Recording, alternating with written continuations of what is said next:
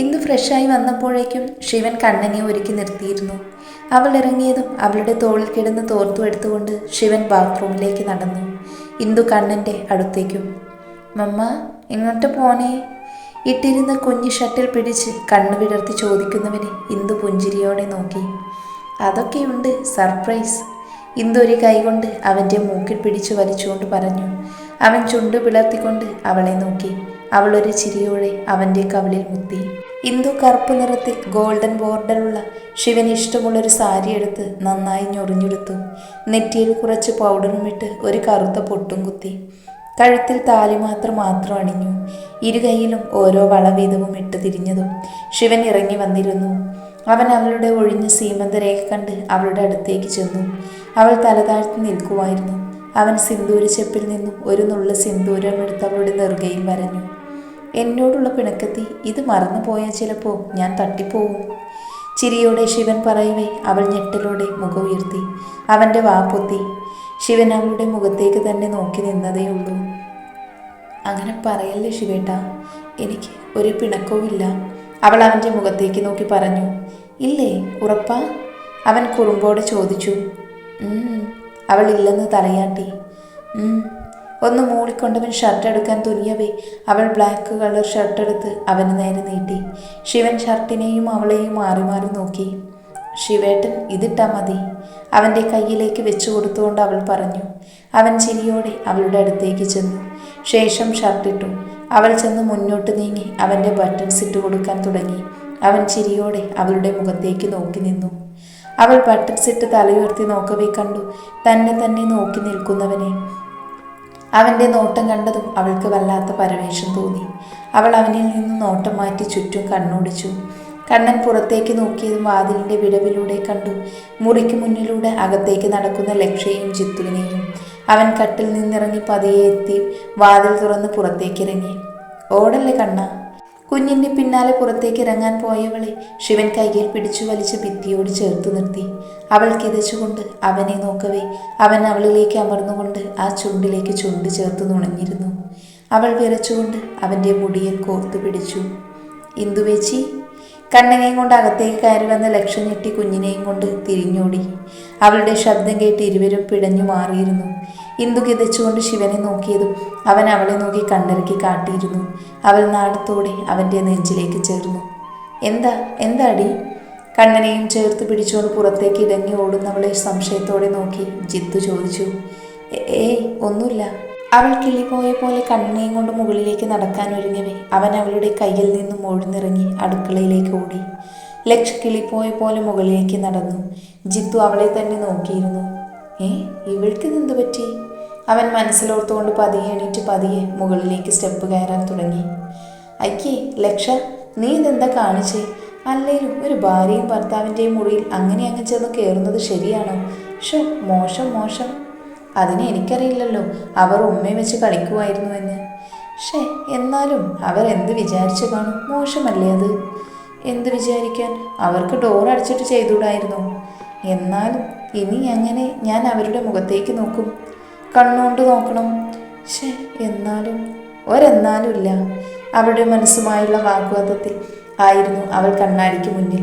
ഒരുവിധം സ്വയം ന്യായീകരണങ്ങൾ നിരത്തി അവൾ താഴേക്ക് പോകാൻ തിരിഞ്ഞതും കണ്ടു അവളെ തന്നെ നോക്കി നിൽക്കുന്ന ജിത്തുവിനെ. പുരികമുയർത്തിയുള്ള അവൻ്റെ ചോദ്യത്തിൽ അവളൊന്ന് പരിങ്ങി. പറയാതെ മോൾ ഇവിടുന്ന് പോവൂല. നെഞ്ചത്ത് കൈ പിണച്ചു വെച്ച് നിന്നുള്ള ജിത്തുവിൻ്റെ വാക്കുകൾ കേൾക്കെ സാരിയുടെ മുന്താണിയിൽ വിരൽ കോർത്ത് വലിച്ചിരുന്നു ലക്ഷ. പരിഭ്രമത്തോടെ നിൽക്കുന്നവളുടെ അടുത്തേക്ക് ജിത്തു നടക്കവേ അവൾ വിറയലോടെ പിന്നോട്ട് അടിവെച്ചിരുന്നു. ഒടുവിൽ മേശയിൽ തട്ടി നിന്നവൾ അവനെ തന്നെ ഉറ്റുനോക്കി. ജിത്തു അവളുടെ ദേഹത്തേക്ക് ചേർന്ന് നിന്നു. ഇനി എങ്ങോട്ട് ഓടും? അവൻ പുരികം പൊക്കി ചോദിക്കവേ അവൾ തലവിലെങ്ങനെ ആട്ടിക്കൊണ്ട് അവൻ്റെ കണ്ണിലേക്ക് നോക്കി നിന്നു. പറ, എന്താ നീ കണ്ടേ? ജിത്തു കള്ളച്ചിരിയോടെ ചോദിക്കവേ അവൾ ഉമിനീര് വഴുക്കിക്കൊണ്ട് അവനെ നോക്കിയിരുന്നു. അവളുടെ തൊണ്ടക്കുഴിയിലൂടെ താഴേക്ക് ഒഴുകിയിറങ്ങുന്ന ഉമിനീരിൻ്റെ സഞ്ചാരപാത കൗതുകത്തോടെ നോക്കി നിന്നു ജിത്തു. അത് പിന്നെ ഇന്ദ്രേട്ട, അവൾ വിറച്ചു പറയാൻ തുടങ്ങവേ അവൻ്റെ കൈകൾ അവളുടെ ഇടുപ്പിൽ അമർന്നു. ഏത് പിന്നെ ഇന്ദ്രേട്ട? അവൻ ഇടുപ്പിൽ കൈ മുറുക്കിക്കൊണ്ട് ചോദിക്കെ അവൾ വയറുള്ളിലേക്ക് വലിച്ചുമിനീരിറക്കിക്കൊണ്ട് അവനെ തന്നെ നോക്കി.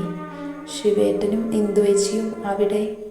പരവേശത്തോടെ അവൾ പറയവേ അവൻ്റെ കൈകൾ ഇടുപ്പിൽ നിന്നും അവളുടെ വയറിലൂടെ മുകളിലേക്ക് നീങ്ങി. അവിടെ? അവൻ വീണ്ടും ചോദിച്ചു. ഉമ്മ വയ്ക്കുന്നത് കണ്ടു. അവൾ പെട്ടെന്ന് അവൻ്റെ പ്രവൃത്തിയെ തടയാനായി പറഞ്ഞു. എവിടെയാ? ജിത്തു വിടാൻ ഉദ്ദേശമില്ലാതെ കൈകൾ അവളുടെ മാറിൽ അമർത്തിക്കൊണ്ട് ചോദിച്ചു. അവൻ്റെ കൈകൾ തൻ്റെ മാറിൽ അമർന്നതും അവളിലൂടെ ഒരു മിന്നൽ പാഞ്ഞു. അറിയാതെ എരിവ് വലിച്ചു പോയിരുന്നു അവൾ. ജിത്തു ഞൊടിയുടെ പുറത്തേക്കുന്തിയ അവളുടെ ചുണ്ടുകളെ കടിച്ചെടുത്ത് നുണഞ്ഞിരുന്നു.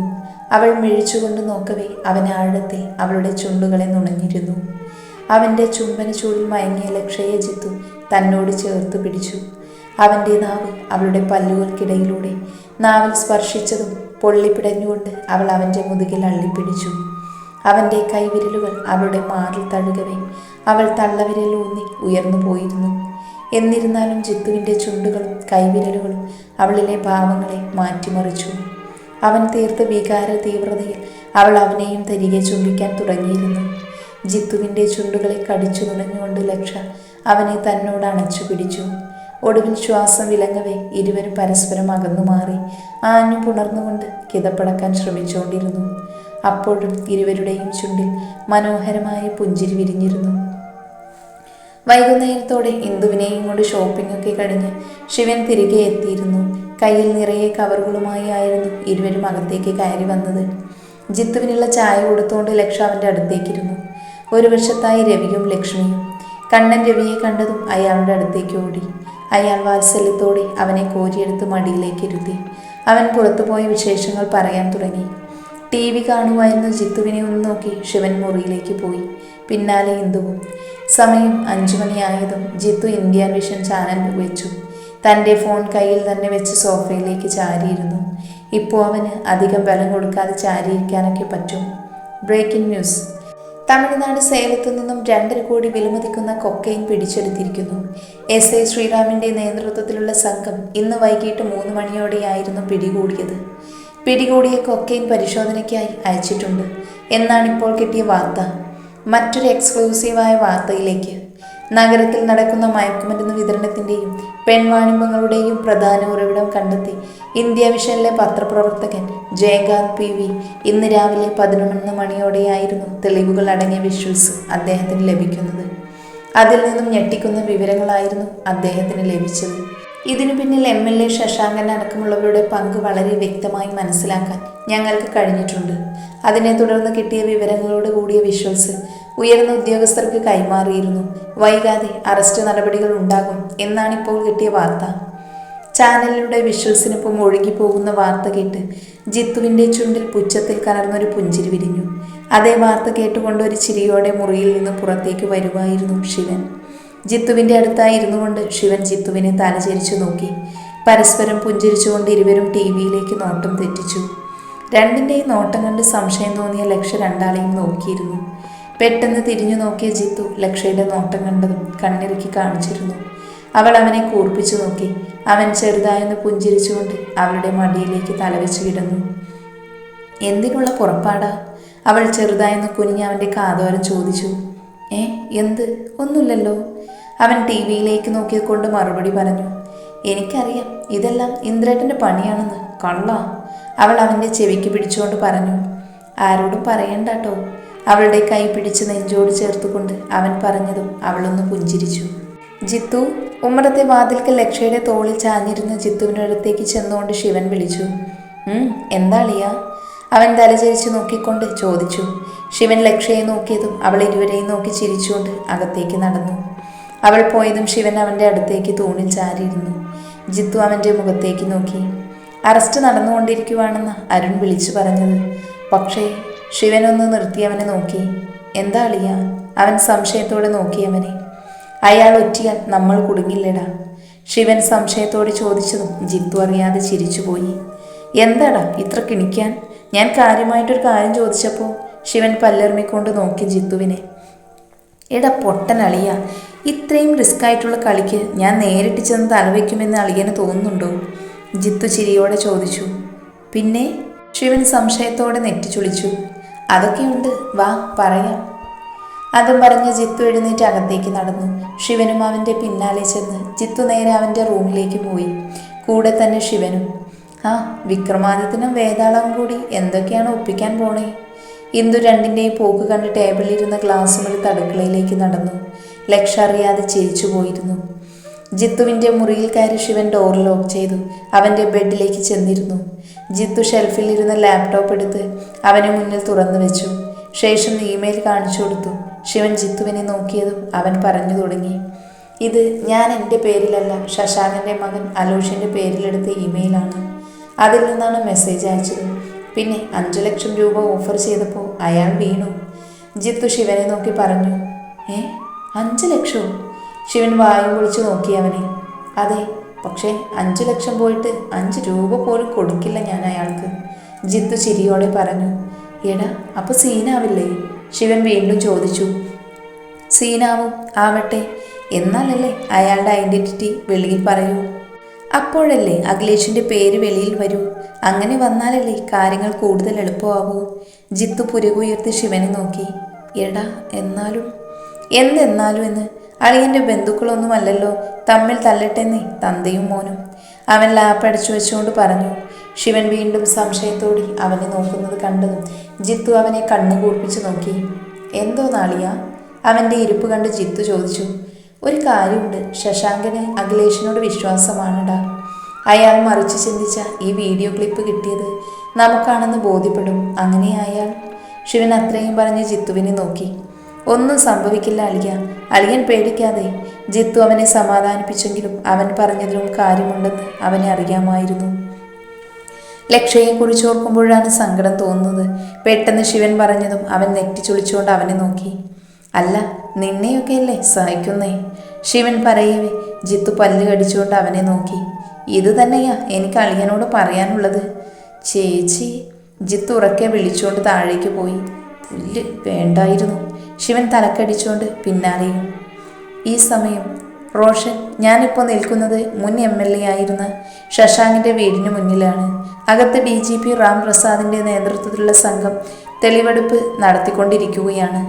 ഏകദേശം 3 മണിയോടെ അവരെവിടെ നിന്നും കൊച്ചിയിലേക്ക് കൊണ്ടുപോകുമെന്നാണ് ഇപ്പോൾ കിട്ടിയ വാർത്ത. റോഷൻ. MLA ശശാങ്കൻ വീടിന് മുന്നിൽ നിന്നും ഇന്ത്യ വിഷൻ വാർത്താ ചാനൽ റിപ്പോർട്ടർ വിനീഷ് നാരായണനാണ് ഇപ്പോൾ നമുക്ക് വിവരങ്ങൾ നൽകിയത്. ഇനി മറ്റു വാർത്തകളിലേക്ക്. ജിത്തുവും ശിവനും താഴേക്ക് ചെല്ലുമ്പോൾ ഇന്ത്യ വിഷൻ ചാനലിലൂടെ തത്സമയ സംപ്രേഷണം നടന്നുകൊണ്ടിരിക്കുകയാണ്. TV-ക്ക് മുന്നിലിരുന്ന് പച്ചക്കറി അരിയുവാണ് ലക്ഷ്മി. അവരുടെ അടുത്തായി ഇരുന്ന് സവാള അരിയുന്നുണ്ട് ലക്ഷ. ഇടത് കൈയിൽ സവാളയും വലത് കൈയിൽ കത്തിയും വെച്ച് ദൂരേക്ക് നീട്ടിപ്പിടിച്ചാണ് അംഗം. അവളുടെ പ്രവൃത്തിയും മുഖഭാവവും കണ്ട് ജിത്തുവിന് ചിരി പൊട്ടിയെങ്കിലും അവൻ മേൽച്ചുണ്ട് കടിച്ചു പിടിച്ച് ചിരി ഒളിപ്പിച്ചുകൊണ്ട് അവരുടെ അടുത്തേക്ക് പോയി. ശിവൻ അവളുടെ മറുവശത്തായി ഇരുന്നു കൊണ്ട് പറഞ്ഞതും ജിത്തു അതുവരെ പിടിച്ചു വെച്ചിരുന്ന ചിരി അറിയാതെ പുറത്തു വന്നു പോയി. ഏട്ടാ. ലക്ഷ ചുണ്ട് കൂർപ്പിച്ച് പരിഭവത്തോടെ വിളിച്ചു. മോളെ, ഇങ്ങനെയാണോ സവാള അരിയുന്നേ? അതിനൊക്കൊരു നേക്കുണ്ട്. ഇങ്ങത്താ, ഏട്ടൻ കാണിച്ചു തരാം. അവളുടെ മടിയിൽ നിന്നും പാത്രവും എടുത്ത് മടിയിലേക്ക് വെച്ച് കയ്യിൽ നിന്നും സവാളയും കത്തിയും വാങ്ങി കയ്യിൽ പിടിച്ചുകൊണ്ട് ശിവൻ പറഞ്ഞു.